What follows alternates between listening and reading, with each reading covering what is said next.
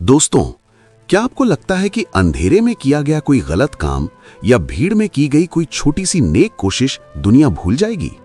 अगर आप ऐसा सोचते हैं तो सावधान हो जाइए, क्योंकि इस ब्रह्मांड में एक ऐसा मुनीम बैठा है जिसका हिसाब कभी गलत नहीं होता, और उसे हम कर्म कहते हैं। लोग अक्सर पूछते हैं कि हजारों साल बीत जाने के बाद या जन्मों के बाद भी कर्म हमें कैसे ढूंढ लेता है। चलिए आज श्री कृष्ण के मुख से इसका जवाब जानते हैं कि आखिर कर्म अपना हिसाब मांगने वापस कैसे आता है। महाभारत के युद्ध के दौरान जब अर्जुन के मन में कर्मों को लेकर दुविधा हुई, तब श्री कृष्ण ने एक बहुत गहरा उदाहरण दिया।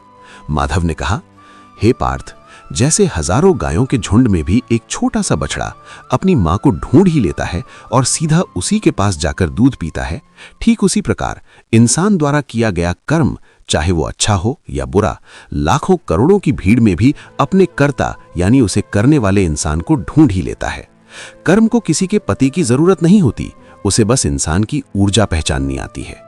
श्री कृष्ण समझाते हैं कि कर्म की अपनी एक अदृश्य शक्ति होती है।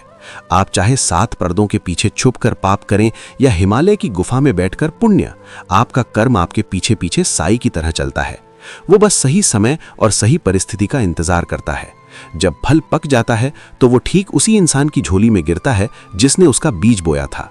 कर्म न किसी से दोस्ती करता है और ना ही किसी से दुश्मनी।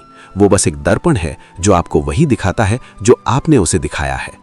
इसलिए दोस्तों, आज आप जो भी कदम उठा रहे हैं, जो भी शब्द बोल रहे हैं, याद रखिएगा, आप भविष्य के लिए अपना हिसाब लिख रहे हैं। अगर आज आप किसी के साथ छल कर रहे हैं तो तैयार रहिए कि कल आपके साथ भी वही होगा।